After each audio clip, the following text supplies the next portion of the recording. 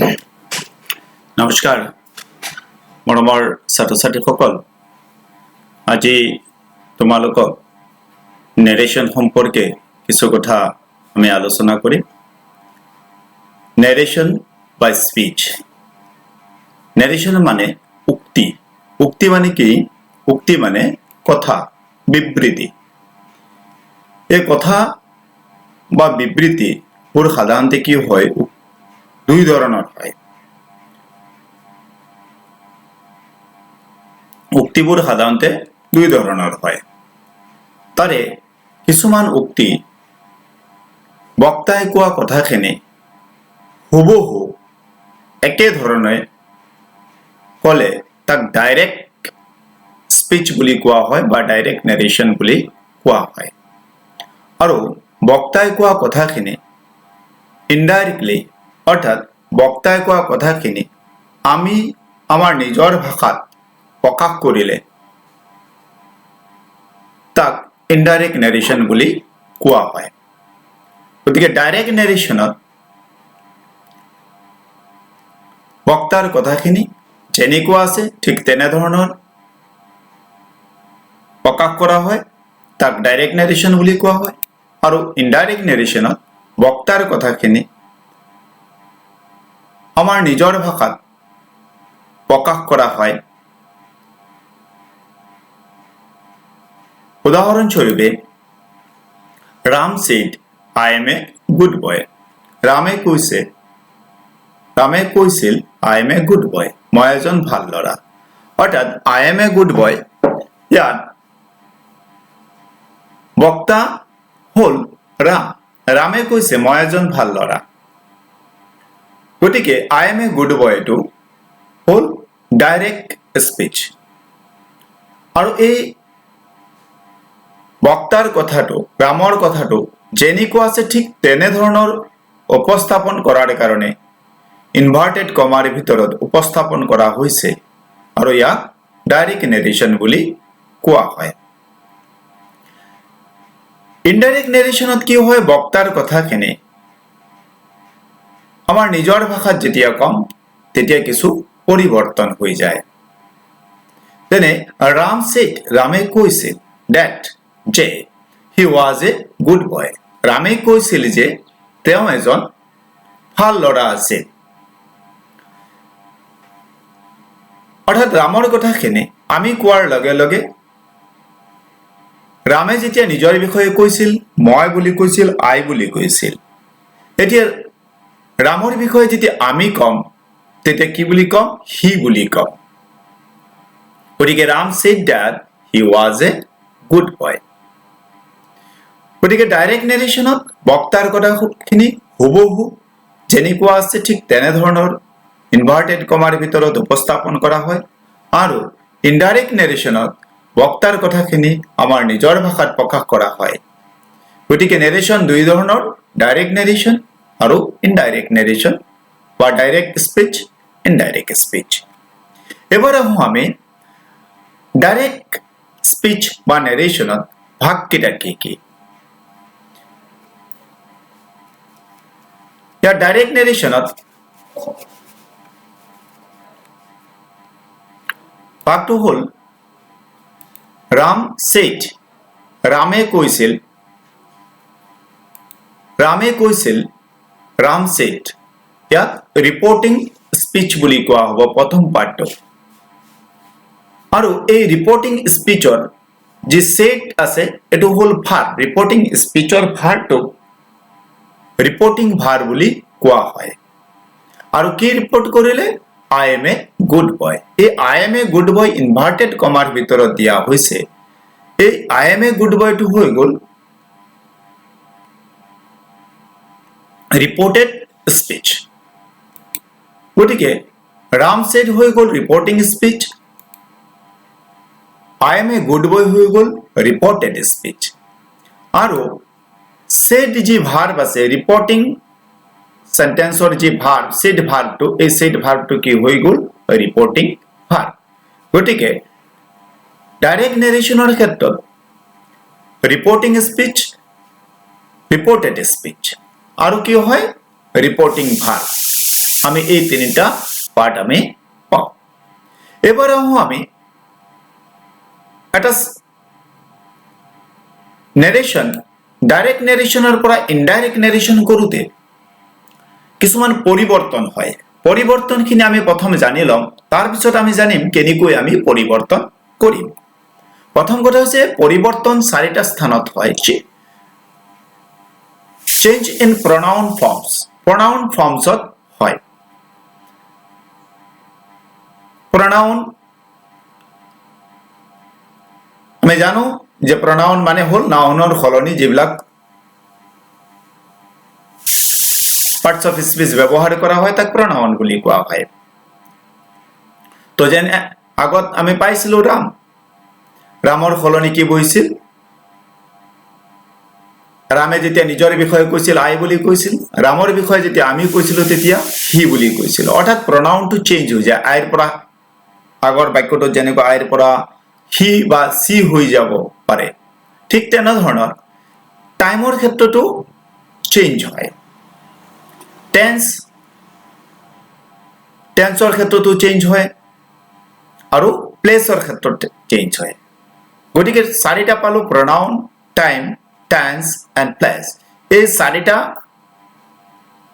স্টেপত আমি চেঞ্জ হ'ব আৰু ইয়াৰ কাৰণে চাৰিটা আমি চাৰ্ট বনাই লৈছো এই চাৰ্ট কেইটা তোমালোকে ভালদৰে লক্ষ্য কৰিবা বুজাৰ কাৰণে যত্ন কৰিবা আৰু এটো মনত ৰাখিবা এইখিনি নেৰেশ্যন কৰোতে সদায় প্ৰয়োজনীয় হ'ব আৰু যুক্তিৰ আধাৰত মনত ৰাখিব পাৰিলে একেবাৰে সহজত পাহৰি নোযোৱাকৈ আমি মনত ৰাখিব পাৰো ডাইৰেক্টত যেতিয়া আই হয় তেতিয়া ইনডাইৰেক্ট কৰোতে হি বা সি হৈ যায়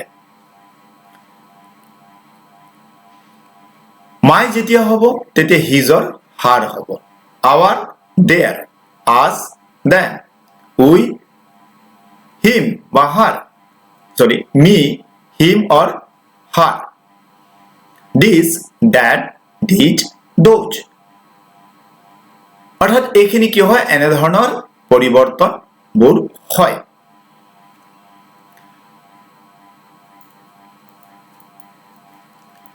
আৰু কিছুমান পৰিৱৰ্তন কি হয় ইউ যদি থাকে সেকেন্ড পাৰসন যদি থাকে এইখিনি ফাৰ্স্ট পাৰসন আছে ফাৰ্স্ট পাৰসনৰ পৰা থাৰ্ড পাৰসনলৈ যায়গৈ কিন্তু ইয়াত কি হয় সেকেন্ড পাৰসন যেতিয়া থাকে তাত পৰিৱৰ্তন নহয় হেতু কাৰণে কালাৰটো চেঞ্জ কৰি দিছো ইউ এ হ'ব your হ'ব yourself হ'ব গতিকে ইয়াত পৰিৱৰ্তন নহয় সেকেন্ড পাৰসনত পৰিৱৰ্তন নহয় ফাৰ্স্ট পাৰসন টু কি হৈ যায় থাৰ্ড পাৰসন হৈ যায় কাৰণ বক্তাই যেতিয়া কয় তেতিয়া নিজৰ বুলি হিচাপত কয় ফার্স্ট পারসন হয় বক্তাই যেতিয়া কব ফার্স্ট পারসন হ'ব কিন্তু আমি যেতিয়া কম বক্তাজনক কি হৈ যাব বক্তাজন থার্ড পারসন হৈ যাব আৰু ইউ যেতিয়া হয় সেকেন্ড পাৰসন যেতিয়া হ'ব তেতিয়া সেকেন্ড পাৰসন হিচাপে থাকিব এনেকুৱা ধৰণৰ প্ৰনাউন্সৰ ক্ষেত্ৰত চেঞ্জ হয় আৰু এই চাৰ্টটো মনত তোমালোকে ভালদৰে ৰাখিবা মনত ৰাখিলে অতি সহজত নেৰেশ্যন আমি কৰিব পাৰিম নেক্সট 2 নম্বৰ চাৰ্টটো লৈ আহো সময় বক্তাই যেতিয়া কব এতিয়া অৰ্থাৎ 10 বছৰ হয়তো আগত যেতিয়া কয় এতিয়া আৰু আজি আমি কৰি আছো তেতিয়া কি কম তেতিয়া ঠিক তেনে ধৰণৰ সেই সময়ত টুডে যেতিয়া কব আমি আজি কম দ্যাট ডে অৰ্থাৎ সেই সময় যেতিয়া আজি হ'ব তেতিয়া কি হ'ব সেই দিনাখন বুলি আমি কব লাগিব now then today that day ago before tomorrow the next day or the following day next week the following week yesterday the previous day or the day before last month the previous month or the month before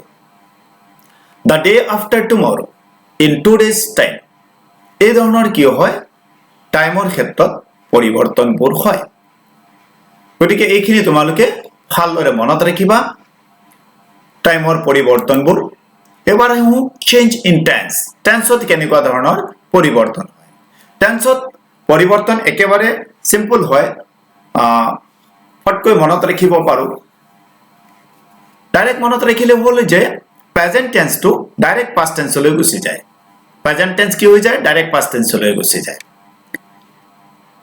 যেতিয়া reporting verb past টেন্সত থাকিব তেতিয়া present টেন্সত বা future টেন্সত কোনো কাৰণত পিছৰ বাক্যটো থাকিব নোৱাৰিব পাস্ট টেন্সত হলে পাস্ট টেন্সত হ'ব লাগিব গতিকে সিম্পল প্রেজেন্ট টেন্সত যদি ৰিপৰ্টেড স্পেচটো যদি থাকে তেনেহলে কি হৈ যাব সিম্পল পাস্ট টেন্সত হৈ যাব simple present become simple past present continuous become past continuous present perfect become past perfect present perfect continuous become past perfect continuous simple past become past perfect simple past become past perfect অর্থাৎ reporting space যেতিয়া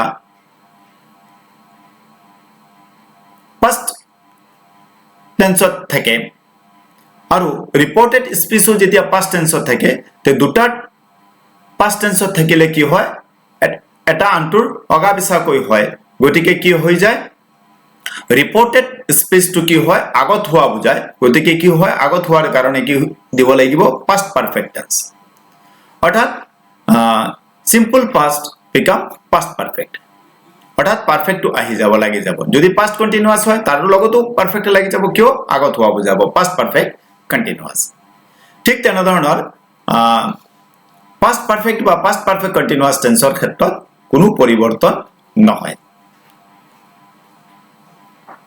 তো simple past became past perfect past continuous became past perfect continuous অর্থাৎ যদি past টেন্সত থাকে তেনেহলে লগত perfect tends to লাগি যায় সেই হিচাপত মনত ৰাখিলে হল সিম্পলি প্রেজেন্ট টেন্স থাকিলে ডাইরেক্ট পাস্ট টেন্সত হ'ব পাস্ট টেন্সত যদি থাকে তেনেহলে কি হৈ যাব লগত পারফেক্ট টেন্স টু লাগি যাব অৰ্থাৎ সিম্পল পাস্ট থাকিলে পাস্ট পারফেক্ট হৈ যাব পাস্ট কন্টিনিউয়াস হলে পাস্ট পারফেক্ট কন্টিনিউয়াস সেই হিচাপত মনত ৰাখিলে হল তাৰ পিছত shall will যিবিলাক মডেল অক্সিলাৰি ভাৰ্ব আছে shall will can may must এইবোৰ যেতিয়া থাকিব তেতিয়া কি হয় ইয়াৰ পাস্ট ফৰ্মটো বহি যাব shallৰ পাস্ট ফর্ম should বা would হৈ যাব can could may might must had to বা was to এই ধৰণৰ কি হয়